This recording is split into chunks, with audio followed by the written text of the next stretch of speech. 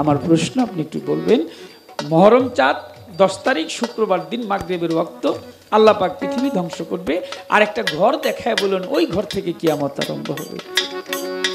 প্রথমবারে এই প্রশ্নটি, পূর্বে আরো অনেক আলোচনা, কিয়ামত হয়ে গেছে, কিয়ামত হইতেছে, আমি মরে গেলে এখন আমার জন্য এখনই কিয়ামত, রোজ কিয়ামত। ছোট ছোট কিয়ামত হয়, ভাঙে গড়ে। এই যে ক্যামেরাগুলি আমার দিকে তাক করে রয়েছে, আমি যদি সঠিকভাবে এই প্রশ্নটা না করতে পারি আর যদি ভুল করি, তাইলে আগামীকালই দেখবেন আমার বিরুদ্ধে আরম্ভ হয়ে যাব। তাহলে তাই নিয়ে তারপরে আমি প্রশ্নটা করতেছি দেওয়ান সাহেব, কারণ বড় বয়েতি পড়ে গেছে আজকে। কিয়ামতের আগে সালম ভাই করতে চাইছিলাম না, কিন্তু ভাব করতে 10টা জিনিস আল্লাহ পাক উঠায় নিয়ে যাবে।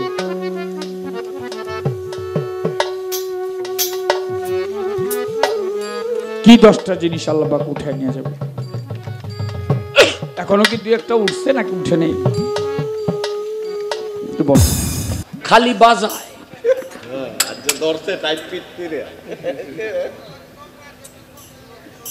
হ্যাঁ, বাজনা কম রাখবি। শোনেন দেওয়ান সাহেব, আল্লাহ পাক হাসরের দিন ফেরেশতাগো কইব, দেখতো কুত্তা ডাকো,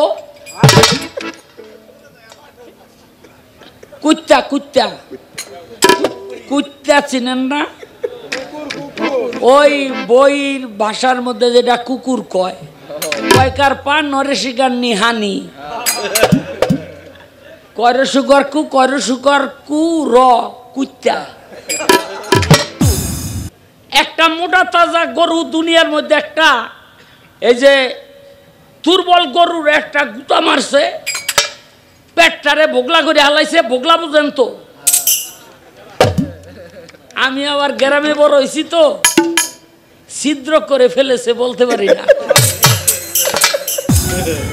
চেহারা দিয়ে রক্ত শূন্য রুগী ফেকাই ছেড়ে গেছে।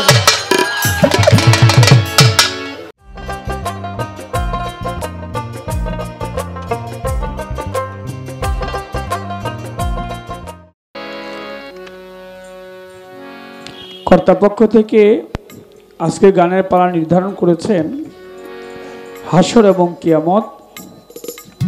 প্রখ্যাত গায়ক জনাব শাহ আলম সরকার ভাই,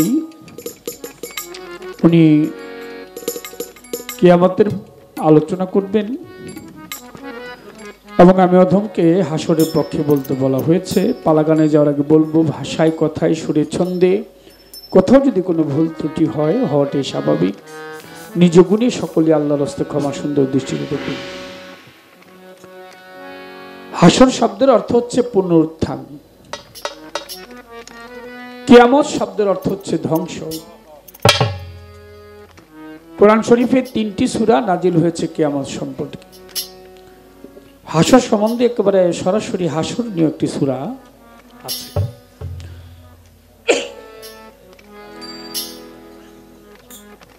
কিয়ামত পূর্বে হয়েছিল, বর্তমানে হচ্ছে, জানেন আপনারা, ভবিষ্যতে হবে। যুদ্ধ চলছে সারা বিশ্ব জুড়ে, আমাদের এশিয়াতে যুদ্ধ চলে আসছে। মায়ানমারে যুদ্ধ হচ্ছে, ওখানে আমাদের ফিলিস্তিনি, ইসরায়েলরা ফিলিস্তিনি ভাইদেরকে মারছে, শিশু বাচ্চা মরছে।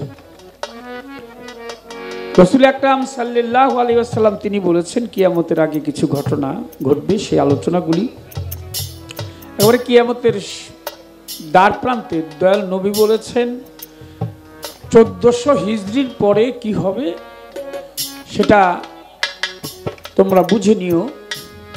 মনে হয় সেটা কিয়ামতের দ্বার প্রান্তে চলে যাবে। মানুষের মায়া মহব্বত কমে গেছে, পয়সা হয়েছে, ধন বেড়েছে, সম্পদ বেড়েছে, ভালোবাসা শ্রদ্ধা কমে গেছে, এটা নাই, এখন কম। আগে যেরকম ছিল এটা অনেকটা লোপ পেয়েছে। যাই হোক, দুটি একটি কথা বলে গানে চলে যাব। অনেক বছর আপনাদের মাঝে গান করলাম, আমার জীবনের মনে হয় 10,000 রাত্রের উপরে আমি গান 10,000 রাত্রের উপরে আপনাদের সাথে কাটিয়েছি, যেটা বাড়িতেও কাটাইনি। যে সময়টুকু জীবনের পেয়েছি 10,000 রাত্রের উপরে গানের মঞ্চে ছিলাম। আর হয়তো কিছুদিন, যে কদিন আল্লাহ ইচ্ছা করে রাগ থাকবো। একটা কথা বলে গানে চলে যাব। ভালো না লাগে কোনোদিন আনবেন না, কোনো অসুবিধা নেই, কোনো সমস্যা নেই। যখন গান করব কোনো গানের সময় কেউ কথা বেশি কথা বললেন না, তাতে গানের ক্ষতি হয়, কারণ বাউল গানও বিলুপ্তির পথে। এটা আমার অভিজ্ঞতা থেকে আমি বলতেছি।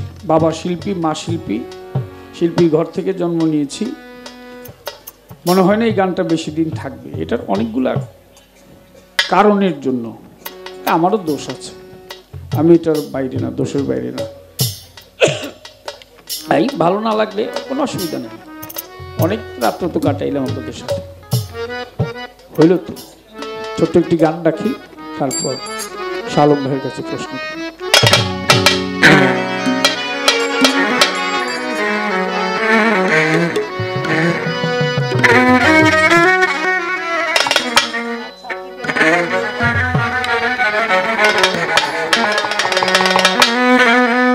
হাসরের প্রথম স্তর হচ্ছে কবর।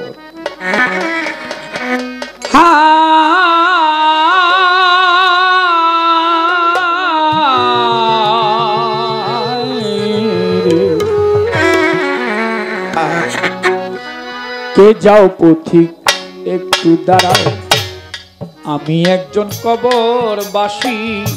কে যাও পথিক একটু দাঁড়াও, অনেক দিন হয় আপন যারা, অনেক দিন হয় আপন যারা, তারা দেখে নাই আমারে আসি। কে যাও পথিক একটু দাঁড়াও, ভাই আমি একজন কবরবাসী। কে যাও পথিক একটু দাঁড়াও,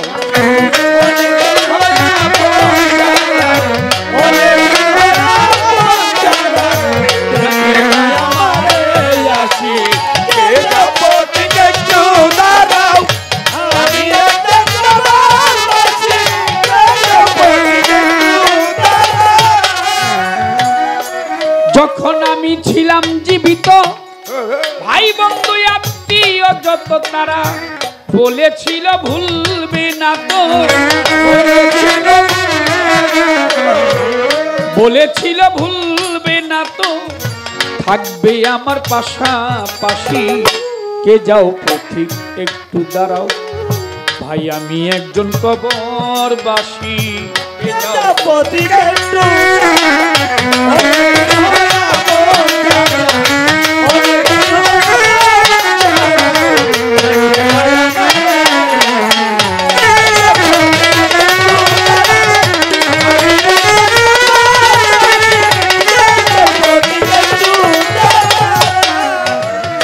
রসুল সাল্লাল্লাহু আলাইহি ওয়াসাল্লাম রাস্তা দিয়ে হেঁটে যায়, রাস্তার পাশে একটি কবর। একটা গাছ থেকে খেজুরের ডাল ভেঙে তিনি কবরটার মধ্যে গেঁথে দিলেন, পুঁতে দিলেন। হাঁটছে দয়াল নবী, সাহাবা একজন বলে হুজুর গোস্তাকি মাপ, একটা প্রশ্ন করি। রসুল বলে প্রশ্ন করো। বলে হুজুর আপনি হাঁটার পথে রাস্তায় কবর পেয়ে ওখানে ওই খেজুরের গাছের ডালটা ভেঙে এটাকে রেখে দিলেন কেন? আমার রসুল বলে কবরের মধ্যে যে মুর্দার মৃত ব্যক্তি, সে আযাব পাইতেছিল। সুবহানাল্লাহ, সুবহানাল্লাহ বলবেন একবার। রসুল সর্বস্বর মালিক, সবকিছু জানে। আমি ওই খেজুরের গাছের ডালটা ভেঙে ওর কবরের মধ্যে এর জন্য গেঁথে দিলাম, এই ডালটা যতক্ষণ পর্যন্ত সতেজ থাকবে আল্লাহ পাক তার কবরের আযাব মাফ করে দিবে। সুবহানাল্লাহ। তাহলে বুঝা গেল কুল্লে নাফসিন জায়কাতুল মউত, নফসের মরণ আছে, রুহের আত্মার মরণ নেই। আত্মাকেও শাস্তি ভোগ করতে হবে। অধিক আক্ষেপ করে বলে, তোমরা কারা যাচ্ছ? আমিও তো একদিন এই দুনিয়ার মানুষ ছিলাম ভাই, আমার দুঃখের কথাটা শুনে যাও। দুদিন আগে দুদিন পরে আপনাকেও যেতে হবে, আমাকেও যেতে হবে, এই অল্প একটু সময়। দ্বিজদাস ঠাকুর বলেছে, ভবরঙ্গ মঞ্চ মাঝে রঙ্গের নট বড় মাওলায়, যারে যা সাজায় তাই সে সাজে। কর্মক্ষেত্রে জীবমাত্রে এটা মায়া সুতে সবই গাথা, কেহ পুত্র কেহ মিত্র, কেহ সেজে এসেছেন ভ্রাতা, কেহ সেজে এসেছেন পিতা, কেহ আবার স্নেহময়ী মাতা। কত রঙ্গের অভিনেতা সাজিয়েছে কত সাজে, যার যখন হইবে সাঙ্গ ভবরঙ্গের অভিনয়, কাকস্য পরিবেদনায় তখন সে আর কারো নয়। কোথায় রয় প্রিয় শির প্রণয়, পুত্র কন্যার কাতর বিনয়, ছাড়িয়া সব যাইতে হয় যারে যেই সাজসজ্জাতে যে। ভাবছ কিরেও আমার মন এইভাবে তোর কেহ নয়, দিন থাকিতে গুরু ভজ কাতরে করি বিনয়, খেলতেছ মন ভবের খেলা, চেয়ে দেখো ডুবলো বেলা। পাগল দ্বিজদাস কয়, মন বেবলা সেজে যাও আপন সাজে। তোমাকে যেতেই হবে, ওটাই সত্য, আর যা আছে সব নাটক অভিনয়। তুমি যে একদিন এই পৃথিবী ছেড়ে চলে যাবে, এটা হচ্ছে চিরন্তন সত্য। তাই তুমি ছিলে কোথায়, আসছো কোথায়, যাবে কোথায়, কে পাঠিয়েছে, কেন পাঠিয়েছে, এই উদ্দেশ্য তোমার যদি জানা না হয়, তাহলে তোমার আসা যাওয়াটা বিফল হয়ে গেল। তুমি আশরাফুল মাখলুক মানুষ হিসাবে আসছো, এইটা তুমি বলতে পারবো না স্রষ্টার সামনে গিয়ে যে আমি মাথা উঁচু করে দাঁড়িয়েছি, আমি সব কাজগুলি করে আসছি। বিশাল পীড়াদায়ক হবে। তাই একজন কাবেল মুর্শিদ বাবা ভৈরবর দরবার শরীফে অলিয়া উলিয়া পীর মুর্শিদের কাছে গিয়ে তোমাকে জেনে নিতে হবে কেন তুমি এখানে আসছো। এই ৬০-৭০ বছর ৮০ বছর এটা দেখতে দেখতে কেটে যায়। দেখলাম তো, চোখ দুটো বন্ধ করলে সব অন্ধকার। অতএব তুমি কিছু সম্বল নিয়ে যাও, যেন তুমি ওখানে গেলে এই সম্বলটা, তোমার এই সম্পদটা দেখাইতে পারো যেটা নিয়ে আসছে। এটা টাকা পয়সা না, ধন দৌলত না। কি নিয়ে যাবে? নিয়ে যাবে তুমি যখন পৃথিবীতে থাকবে না, লোকে যেন বলা বলি করে লোকটা ভালো ছিল। এটা কিন্তু তোমাকে এখন কেউ ভালো বলতে পারে, তুমি মস্তান নেতা, তোমার দেখে ডরায়, কয় আসসালামু আলাইকুম, তুমি এটা এলাকার গুন্ডা, তুমি টাকা পয়সার মালিক, তাই ডরের চোটে কয় আসসালামু আলাইকুম, দূরে গিয়ে কয় শালায় কবে মরবো, এরকমই কয়। আর আমি আরামসে হাঁটুম রাস্তা দিয়ে। কবি বলেছে, যেদিন তুমি এসেছিলে ভবে, তুমি একা কেঁদেছিলে আর হেসেছিল সবে, এমন জীবন তুমি করিবে গঠন, মরণে হাসিবে তুমি, তোমার জন্য কাঁদিবে ভুবন। তুমি যেদিন থাকবে না, সেদিন যেন লোকে বলা বলি করে লোকটা ভালো ছিল। এইটুক যদি করে যেতে পারো, আপন যারা সবাই পর, এখন আপন শুধু মাটির কবর, তাই বুঝি কেউ নয় না খবর, তাই বুঝি কেউ লয় না খবর। আমি বিনে সবাই খুশি, কে যাও পথিক একটু দাঁড়াও, ভাই আমি একজন কবরবাসী, কে যাও পথিক একটু দাঁড়াও।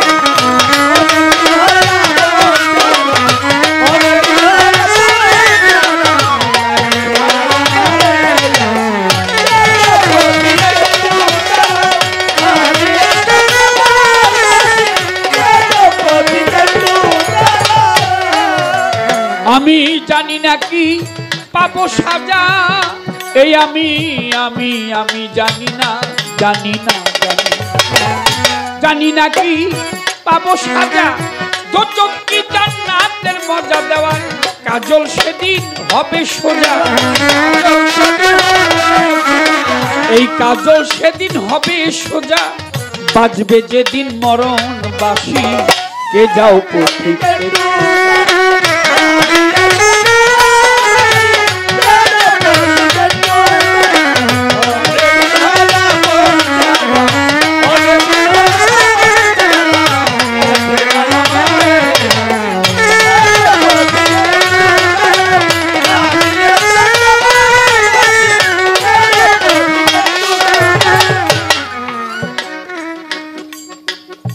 মহাজনী গানের ছন্দ বন্ধ রাখতে চাই। হাসর আর কিয়ামতে যখন আজকে পাল্লা চলবে ভাই, পেয়েছি ভাবের মানুষ শাহ আলম সরকার, প্রশ্ন করি তাহার কাছে এই সবার মাঝার। কিয়ামত রাসূল সাল্লাল্লাহু আলাইহি ওয়াসাল্লাম দয়াল নবীর সামনে সাহাবারা বসেছে। সাহাবা প্রশ্ন করলেন একজন, রাসূল আজকে কিয়ামত সম্বন্ধে আপনার কাছ থেকে জানতে চাবো। রাসূল বলে ঠিক আছে প্রশ্ন করো। সাহাবা দাঁড়িয়ে প্রশ্ন করলেন কিয়ামত কবে হবে? দয়াল নবী বললেন কিয়ামত হবে মুহররম মাসে।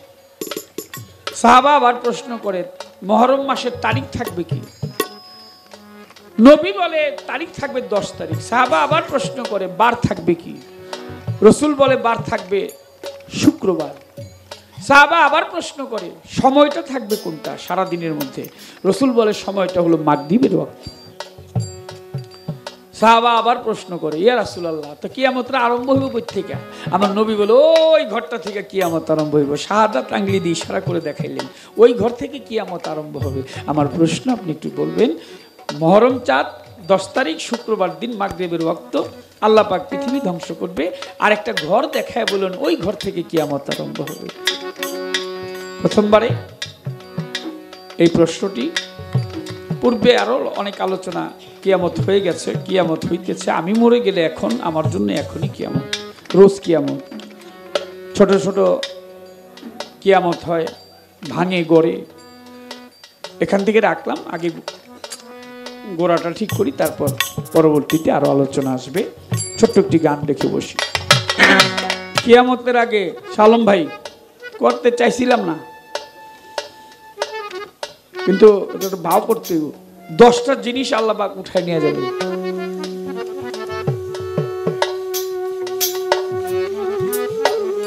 কি 10টা জিনিস আল্লাহ পাক উঠায় নিয়ে যাবে? এখনো কি 2-1টা উঠছে নাকি উঠে নেই একটু বলবে? হ্যালো, দুটি প্রশ্ন করলেন। একটি হলো নবী করিম সাল্লাল্লাহু আলাইহি সাল্লাম বললেন ওই ঘর থেকে কিয়ামত শুরু হবে। কোন ঘর? আর 10টা জিনিস এই দুনিয়া থেকে আল্লাহ পাক উঠাইয়া নিয়ে যাবে, তার মধ্যে 2-1টা কি নিচে? নিলে কি কি নিচে?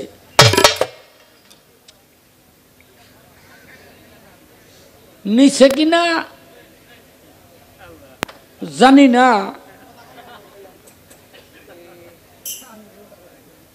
তবে আমার কাছে আর কি ঠেকে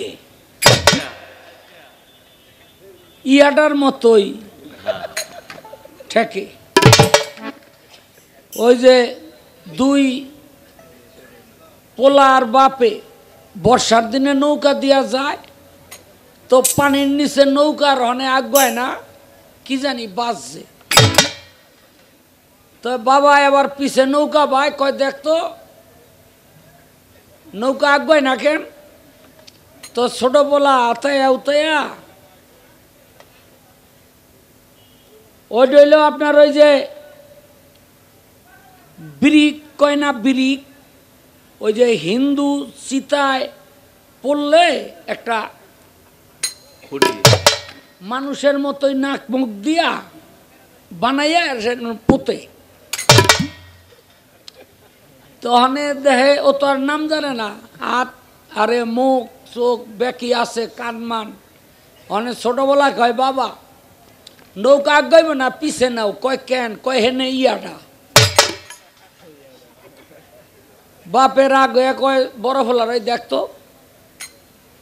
এখানে কি বড় বলায় আতায় উতাইয়া দেখে যে চোখ মুখ কানমান বেঁকি আছে, কয় হ বাবা ইয়াটাই, হেডেও নাম জান না।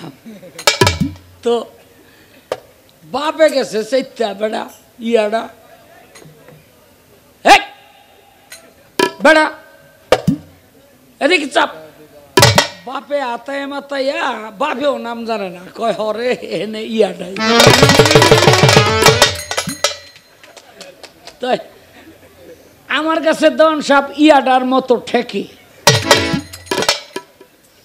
বুঝলেন? আল্লাহ পাক 10টা জিনিস উঠাইয়া নেবে কিয়ামতের আগে। জিব্রাইল আল্লাহর রসুলের কাছে সর্বমোট 24,000 বার আইছে। আজকে শেষ আশা। আজরাইলকে দরজার সামনে দাঁড় করায় রাইখা ভিতরে ঢুকছে, গিয়া সালাম দিয়া পাশে বসছে। ইয়া রাসূলুল্লাহ, আপনি যদি অনুমতি দেন আজরাইল ভিতরে ঢুকবে, আর যদি অনুমতি না দেন তাহলে ফিরত যাবে। বলে আজরাইলের দরকারটা কি আমার কাছে? কয় ইয়া রাসূলুল্লাহ, আল্লাহ আমাকে বলছে আপনি যদি কিয়ামত পর্যন্ত বেঁচে থাকতে চান আল্লাহ পাক সেই সুযোগ দিবে।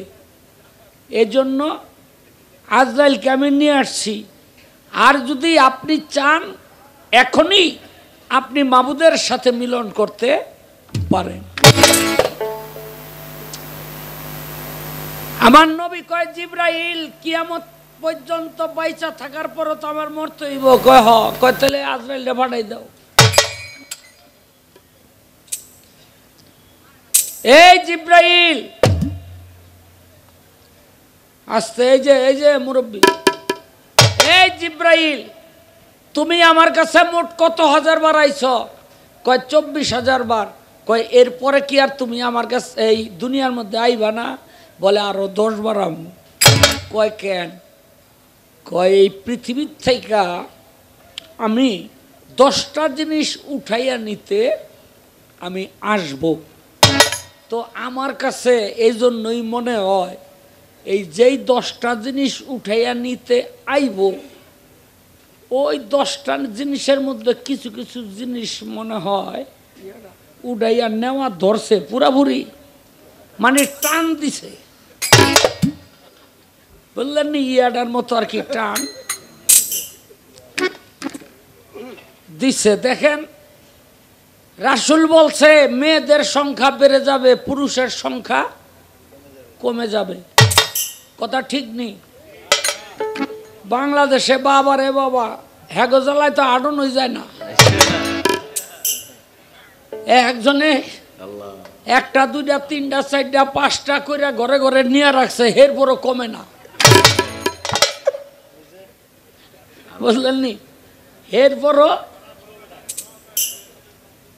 কমে না। ভাই রাসূল বলছে কিয়ামতের আগে একটা পুরুষের ভাগে, একজন পুরুষের ভাগে 50 জন কইরা নারী পড়বে। কয়জন? 50 জন। 1টা 2টা 3টা রাখতেই তো দম বাইর হয়ে যায়। 50টা দিলে কি করবে? দৌড় পারবেন। বুঝলেন নি? রাসূল এই কথা কইয়া গেছে, এই 50টায় বেড়ায় করে ধরবো, ডরে হইলে খালি দৌড়াইব, দৌড়াইতে দৌড়াইতে দৌড়াইতে ওই পিছনে 50টা দৌড়াইয়া যাইব, তখন উপায় না পাইয়া একটা বাইগন গাছের ডালের মধ্যে গিয়া উঠব। অনেকে আবার কইতেছেন দেহস গপ্পের সাইজ কি। ও ভাই, বিজ্ঞানীরা অনেক কি করতেছে, বড় গাছগুলিরে ছোট বানাইতেছে আর ছোট গাছগুলিরে বড় বানানোর চেষ্টা করতেছে। কথা ঠিক নেই? হ্যাঁ, ওই যেটা বড়টারে ছোট বানাইয়া রাখে ওইটারে নাম দিছে বনসাই, আর যেটারে ছোটটারে বড় বানাইতেছে এটার নাম দিছে হাইব্রিড। ঠিক নেই? বুঝলেন নি? কিয়ামতের আগে এই বাইগন গাছগুলি অনেক বড় হয়ে যাইব। ওই বাইগন গাছের ডালার মধ্যে গিয়া পুরুষটাই উঠবো, আর 50টায় বাইগন গাছের চতুর্দিকে ঘুরবো আর কইবে গোলামের ফুত নাম। এই 50টার আচরণে পুরুষটা যাইব ভয় পাই আর ডরে দিব, সের সেরে মুইতা হেগিলি ওরা খাইব। এই প্রসাব খাইয়াই তাকে গর্ব হয়ে যাবো গা। বুঝলেন নি? তা এখন হইলো ওই ডরের মধ্যে আমরা আসি, অন্তরে দৌড় শুরু করে নাই, বুঝলেন নি? অন্তরে দৌড় শুরু করে নাই, খুব একটা বাকিও নাই। তো আমি জবাব করব 10টা জিনিস, একটা গানের মধ্যেই গানটা গাইয়ে হালাই জবাবটাও শেষ হয়ে যাবে।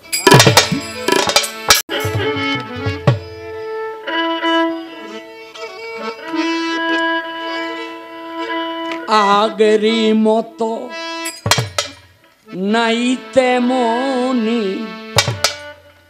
মানুষেরই মান, সে জামানা কিয়ামতের নমুনা, ও মনা কিয়ামতের নমুনা, ও মোরা কিয়ামতের নমুনা, ও মোরা কিয়ামতের নমুনা, ও মোরা কিয়ামতের নমুনা। কিয়ামতের আগে নবীজির বাণী উঠিবে উঠিবে হাদিসে শুনি, কিয়ামতের আগে নবীজির বাণী উঠিবে উঠিবে হাদিসে শুনি। প্রথমে ঈমান উঠাবে সুবহান, প্রথমে ঈমান উঠাবে সুবহান, মানুষের ঈমান রবে না রবে। কিয়ামতের নমুনা,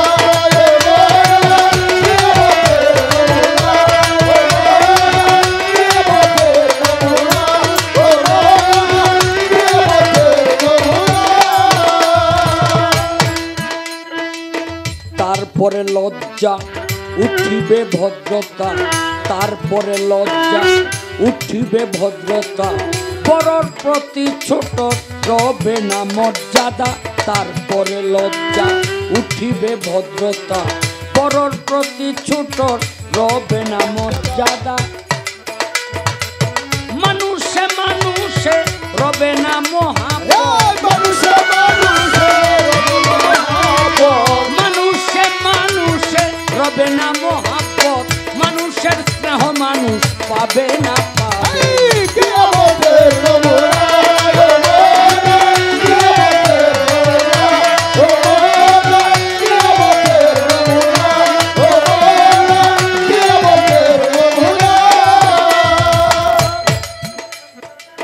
মানুষের বিচার উঠিছে কি উঠিবে, নেই বিচার কভু পাবে না গরিবে।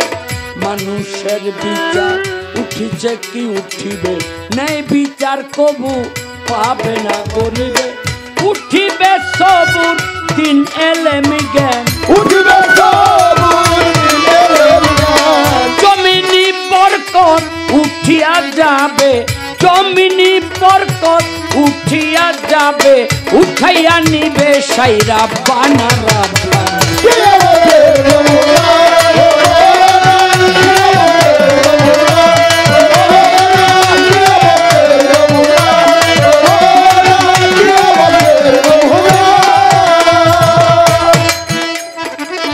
অষ্টমে মানুষ ভুলিবে দরিদ্র দান, ধনির বাড়িবে ধন পর্বত সমান।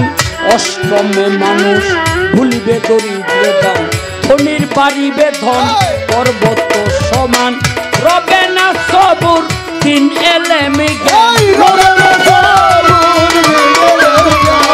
রবে না সবুর দিন এলেমি জ্ঞান, শিক্ষাতে সম্মান রবে না রবে।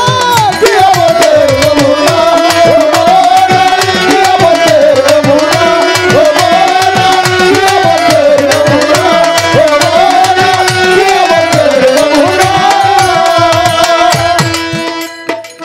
কালামুল্লার কালাম ঈশ্বর বাণী উঠিবে যখন ভাঙ্গিবে ধরণী।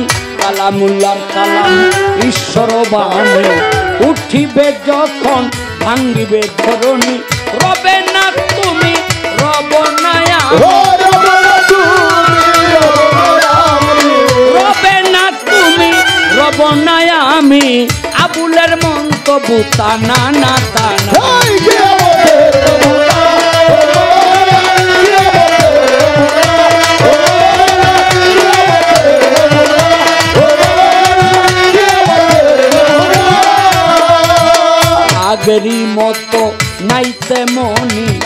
আগের মতো নাই তেমনি মানুষের ইমান শেষ জামানা কিয়ামতের নমুনা ও কিয়ামতের নমুনা ও কিয়ামতের নমুনা ও কিয়ামতের নমুনা ও কিয়ামতের নমুনা ও কিয়ামতের নমুনা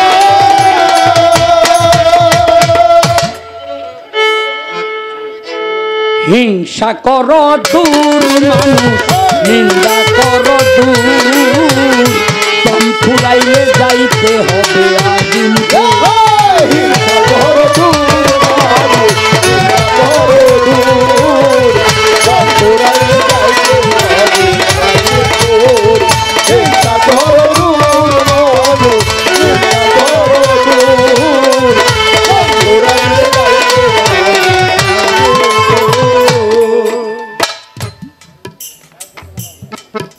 এই প্রশ্নের জবাব একটা হয়ে গেছে একেবারে সংক্ষেপে নাকি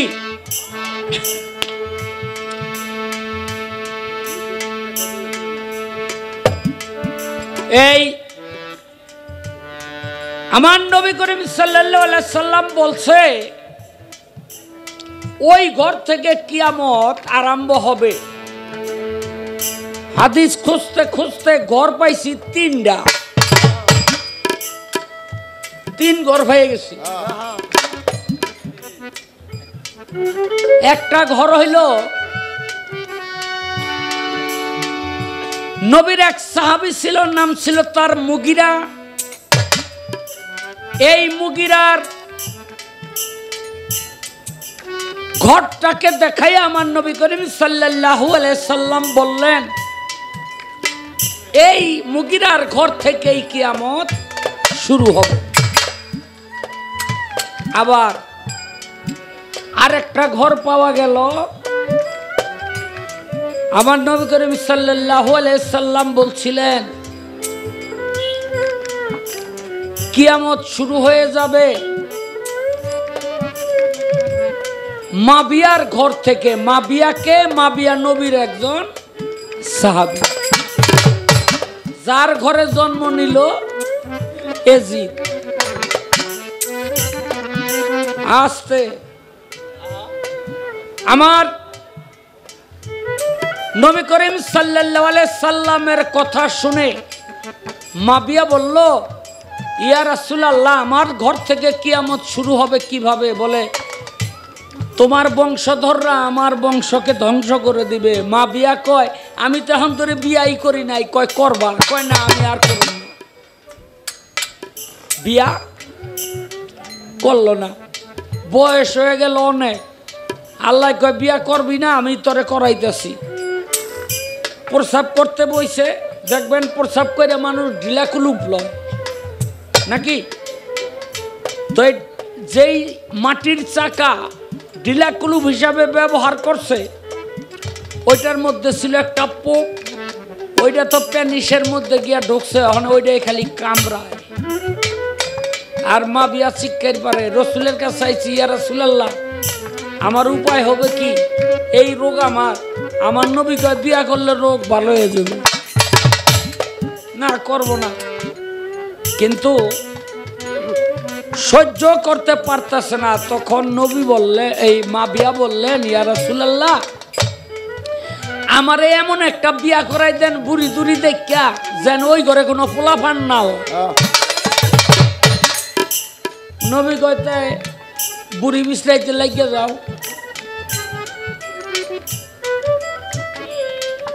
পাকিস্তান আমলে এই দেশে মিলিটারিরা গ্রামে গ্রামে গিয়ে হানা দিত নাকি? তো যুবতী মাইয়ারা ব্যাগ পালাইয়া জঙ্গলে জায়গা, এক বুড়িও দৌড় পড়ে। তো এই যুবতী মাইয়ারা কয় কি গো বুড়ি, তুমি দৌড় পড়ো কেন? কয় কে পাকিস্তানিদের মধ্যে দুই একটা বুড়া মিলিটারি নাই?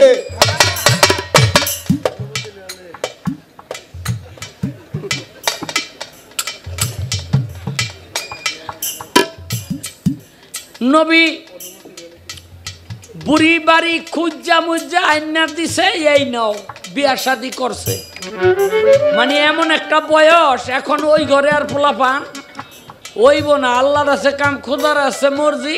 সেই ঘরেই হইছে এক পোলা, নাম তার এজিদ।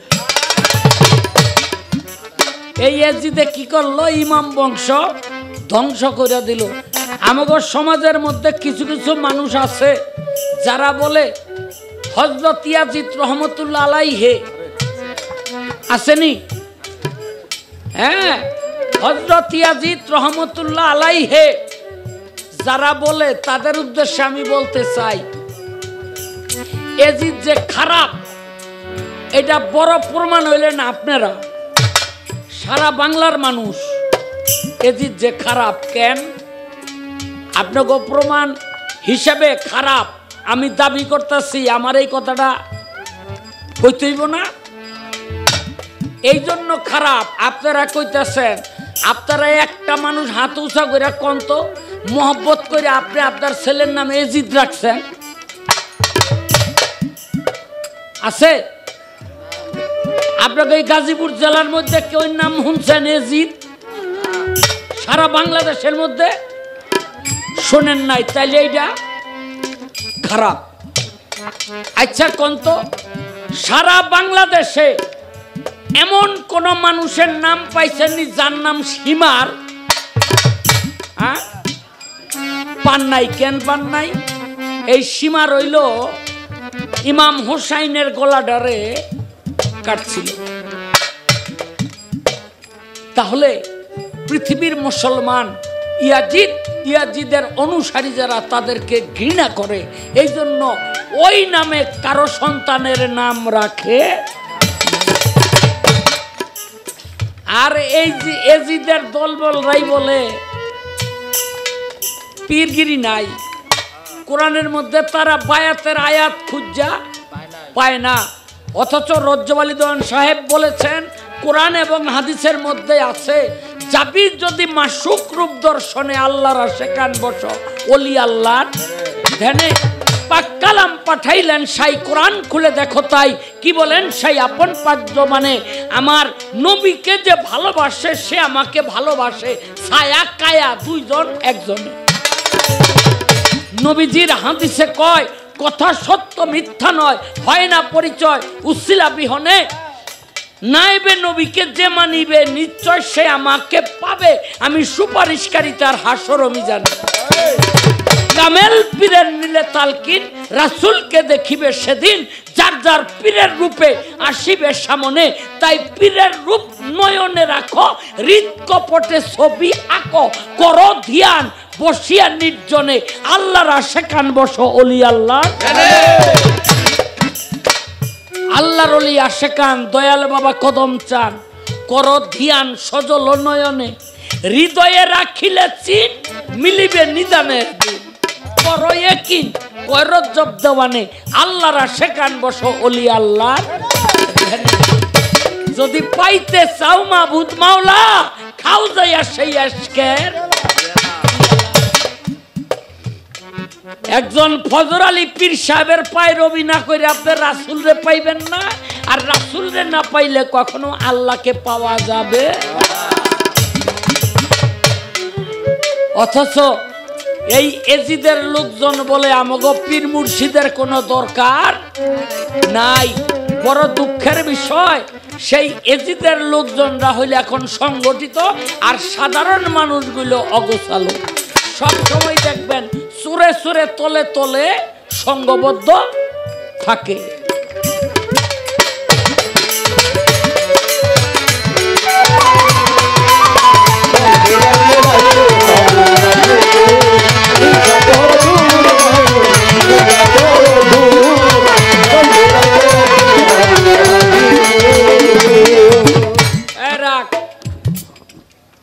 হাসরের দিন এক ব্যক্তি রোজা করে নাই, নামাজ পড়ে নাই, হজ করে নাই, যাকাত করে নাই, এমনকি আল্লাহর বিচারে দোজখেও যাইতে পারে, আবার আল্লাহ মাফ করে দিলে জান্নাতেও যাইতে পারে, কিন্তু সে আগুনের ভিতর দিয়া হাঁটবো হাসরের মাঠে,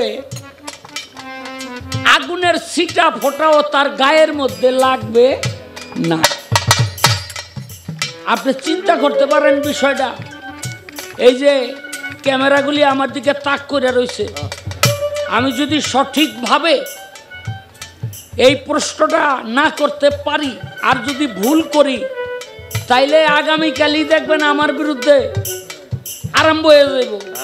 তাহলে তাই নিয়ে তারপরে আমি প্রশ্নটা করতেছি দেওয়ান সাহেব, কারণ বড় বয়েতি পড়ে গেছে আজকে।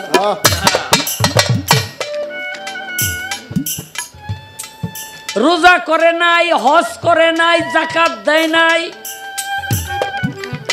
আবার রোজা নামাজ করতেও পারে কিন্তু করেও নাই, এমনও হইতে পারে।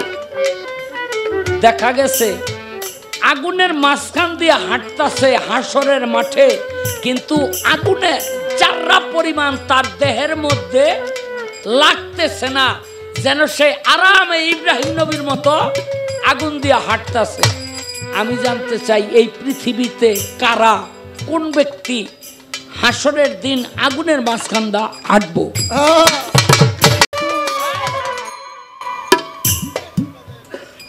খালি বাজায়,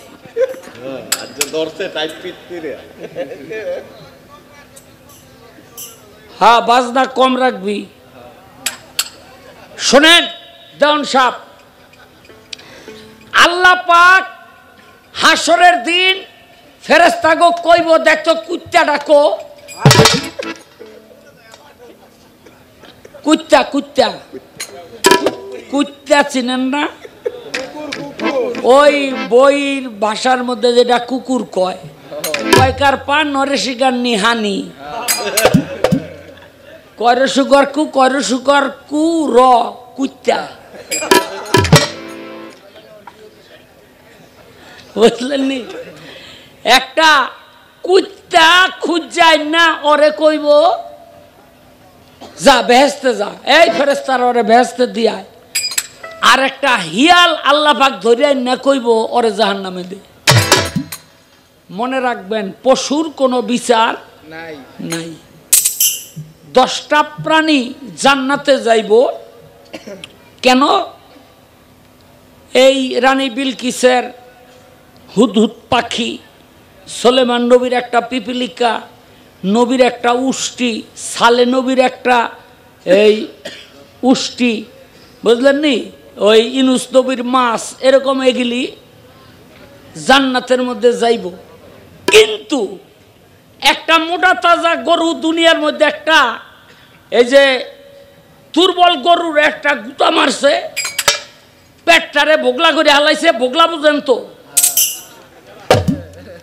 আমি আবার গ্রামে বড় হয়েছি তো, ছিদ্র করে ফেলেছে, বলতে পারি না।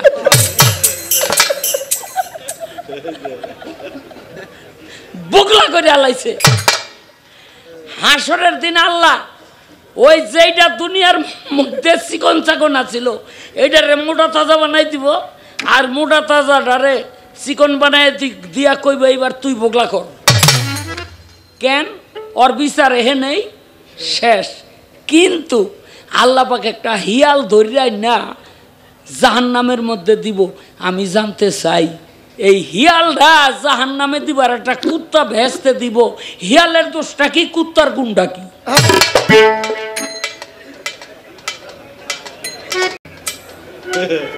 চেহারা দি রক্ত শূন্য রুগী ফেকাই ছেড়ে গেছে।